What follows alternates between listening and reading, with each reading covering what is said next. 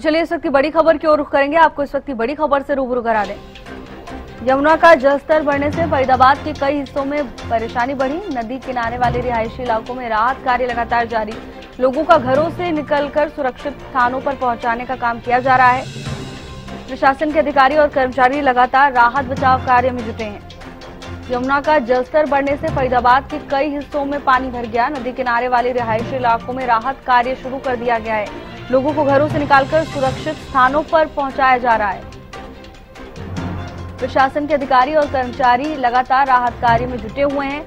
यमुना का जलस्तर बढ़ने से कई इलाकों में परेशानी बढ़ गई है। रिहायशी इलाकों में राहत बचाव कार्य शुरू कर दिया गया है। लोगों को घरों से निकालकर सुरक्षित स्थानों पर पहुंचाया जा रहा है। लगातार प्रशासन के तमाम अधिकारी और कर्मचारी मौके पर मौजूद हैं और लोगों की मदद कर रहे हैं। तस्वीरें आपको दिखा रहे हैं।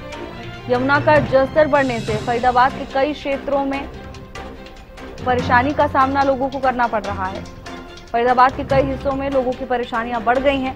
हालांकि प्रशासन मौके पर मौजूद है। तमाम अधिकारी और कर्मचारी लोगों की मदद के लिए मौके पर हैं और सुरक्षित स्थान पर पहुंचाने का काम प्रशासन की ओर से किया जा रहा है।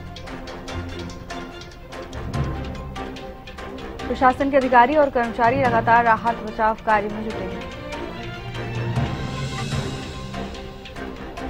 और इसी खबर पर ज्यादा जानकारी के साथ फरीदाबाद से हमारे ब्यूरो चीफ राजेंद्र दहिया जुड़ चुके हैं। राजेंद्र, अब लोगों के लिए मुश्किलें बढ़ रही हैं, क्या कुछ जानकारी है? देखिए, बिल्कुल जिस तरीके से आज जो है पानी जो छोड़ा गया था हथनीकुंड बैराज से वो पहुंचने वाला हो रहा है यहाँ पर, और इसी को लेकर डीसी जो विक्रम सिंह यादव है तमाम क्षेत्र का दौरा कर रहे हैं जो यमुना से लगते हुए क्षेत्र हैं।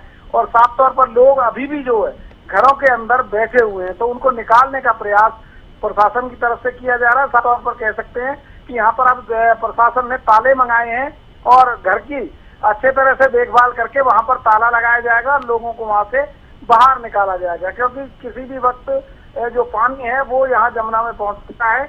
करीब 1 दर्जन जो गांव है वो इसकी चपेट में आ जाते हैं और तमाम जो किसान है उनकी जो फसल है वो भी बर्बाद हो जाती है। तो इसी को लेकर लगातार किस तरीके से बचाव किया जाए, तो डीसी और तमाम जो विभागों के अधिकारी हैं वो लगातार इस क्षेत्र के दौरे पर हैं और लोगों को समझाने का प्रयास किया जा रहा है। जिन लोगों ने मकान पलेटी के अंदर बनाए हुए हैं, हालांकि अवैध रूप से तमाम जो मकान हैं वो बनाए गए हैं और लोगों को वहां से अब किस तरीके से बाहर निकाला जाए, प्रशासन इसी कस्मकस में लगा हुआ है।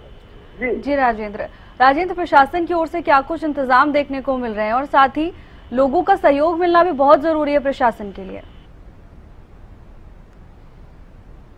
से भी अपील प्रशासन की तरफ से की गई है कि वो यमुना से जो लोग परेशान होते हैं पानी भरने से उनकी मदद करें और इसी को लेकर सेफ हाउस भी बनाए गए हैं। साथ ही दवाइयों के लिए भी मेडिकल कैंप लगाए गए हैं और लोगों के रहने और खाने की व्यवस्था भी प्रशासन की तरफ से की गई है ताकि किसी को कोई परेशानी ना हो और वो जब तक पानी उतरे तब तक वहाँ पर रह सकता है। जी राजेंद्र, धन्यवाद आपका तमाम जानकारी के लिए।